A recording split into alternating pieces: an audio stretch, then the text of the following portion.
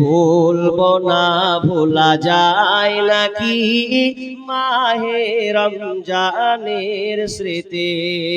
এই মাসেতে কত ফজিলত জানো কি মুসলিম জাতি।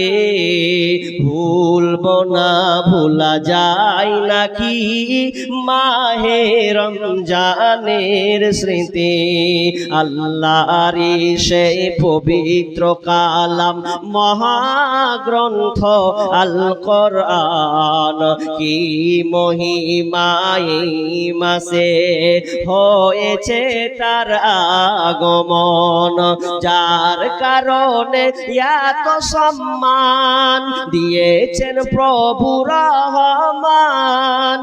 রহমত বরকতেরি মাস জ্বালাও আমলের বাতে। ভুলবো না ভোলা যায় নাকি মাহে রমজানের স্মৃতি। ভুলবো না ভোলা যায় নাকি মাহে রমজানের স্মৃতি। আল্লাহ বলছেন আমি মুত্তাকি বানাবো রে, এই জন্য আমি এ রোজার নামের পেটেন রোজা তোমাকে দিলাম।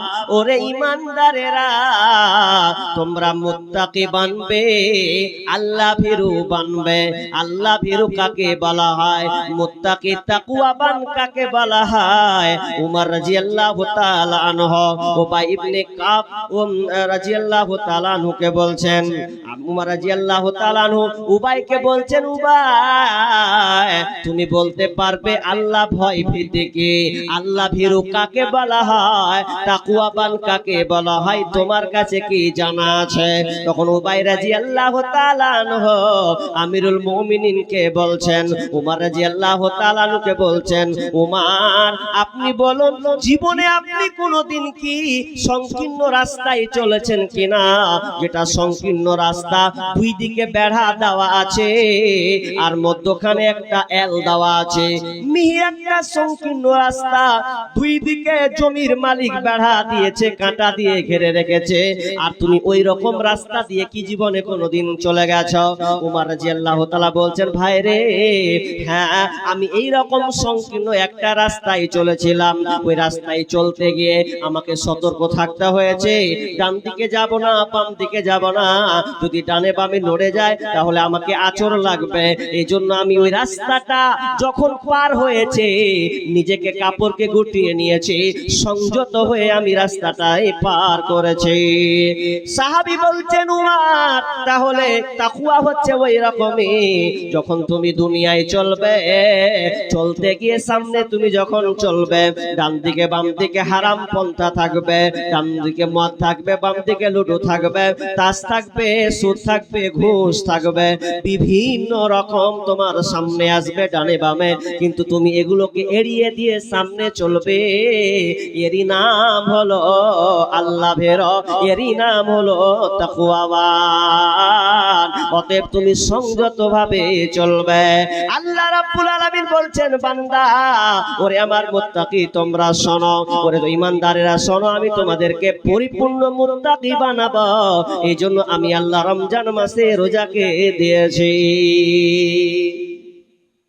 পরিপূর্ণ মুত্তাকি কেমন হয় জি? একটা উদাহরণ দিই আপনাকে, দুইটা দেখি।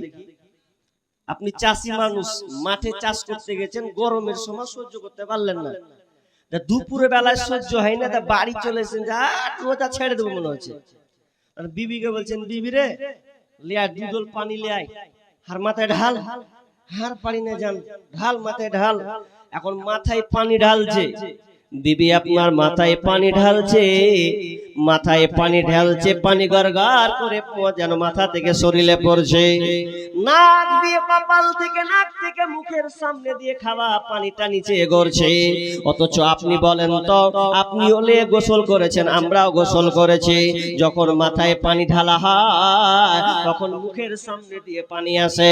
আচ্ছা বলুন, যদি আপনি মনে করেন যে ওই মাথার উপর দিয়ে যখন পানিটা আসবে, মুখের সামনে আসবে, তখন যদি আপনি একটু মুখে নিয়ে এরকম করে দেন,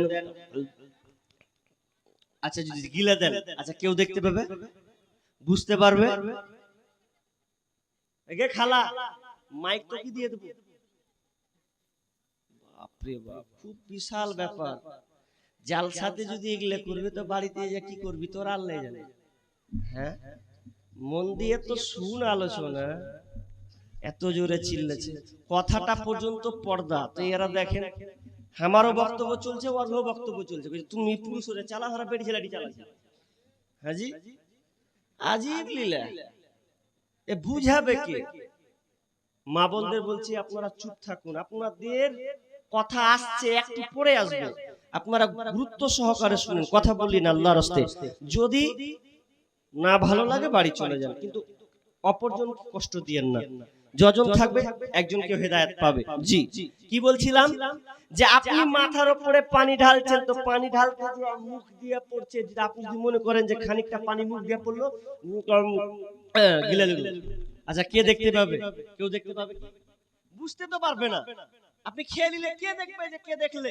আচ্ছা ওটা গেল, আপনি ওটা গোসল করলেন, এবার গোসল করে আপনি ঘর ঢুকে গেলেন, ঘর ঢুকে আপনি দরজা লাগিয়ে দিলেন, আপনার ঘরের ভিতরে ফ্রিজ আছে, খাবার আছে, বিভিন্ন আইটেম খাবার আছে, পায়েস আছে, আপনার কিনা মাংস আছে, জুস আছে, ভালো ভালো মিষ্টান্ন ভান্ডার খাবার আছে। এখন ঘরে বিবি নাই, মেয়ে নাই, ছেলে নাই, ভাই নাই, মা নাই, আব্বা নাই। এখন আপনি দরজাকে লাগিয়ে দেন, যদি মনে করেন আমি ওটা মিষ্টিটাকে যদি একবার মুখে ভরে গট করে গিলে নিলে 1 সেকেন্ডও টের পাবে না কেউ, মুখে ভরলে আর মুখ দিয়ে চলে যাবে। এরপরে দেখবেন মানুষ খায় না, খায় কি? খায় না। যতই খিদে লাগুক এরপরেও দেখা যায় সে খেতে চায় না। কেন রে? পৃথিবী তো কেউ দেখতে পায় না, এরপরও কেন আমি আপনি খাচ্ছি না? কারণ আমি আল্লাহকে ভয় করি, আর আল্লাহর জন্য এটা রোজাটা রেখেছি, পৃথিবীর কারো জন্য নয়। কারণ মানুষ নামাজ পড়ে, লোক দেখানি নামাজ হয়ে যায়। বিহাই এসে বিয়াহের সঙ্গে নামাজ পড়িলে মানে কত আল্লাহ ওয়ালা, অথচ নামাজ পড়ে না, খালি দেখিয়ে দিলে আমি নামাজ পড়ি। শুধু তাই নাই, লোক দেখানো দান হয়। তুই করলি রে, অমুকের বেটি দান করলে, অমুকের বেটা দান করলে, তা আমি কেন পারবো না? তোর থেকে কম আছি নাকি? দিয়ে দিলে। লোক দেখানি দান হয়, লোক দেখানি হজ হয়, লোক দেখানি ভালো ভালো ইবাদত হয়, কিন্তু রোজা কোনোদিন লোক দেখানো হয় না। এটা বরং আল্লাহকে খুশি করার জন্য মানুষ রোজাটা রাখে। যদি লোক দেখানো রোজা হতো তাহলে ও লোক করে কোনো সময় খেয়ে নিত। রোজা হোক আর না হোক দেখে লাভ নাই, লোক তো জানবে আমি রোজা আছি। কিন্তু মানুষ এটা করে না। কেন করে না? কারণ সেই রোজাটা কোনো ব্যক্তিকে খুশি করার জন্য রাখে না, বরং আল্লাহকে খুশি করার জন্য এই রমজান মাসে রোজা রাখে।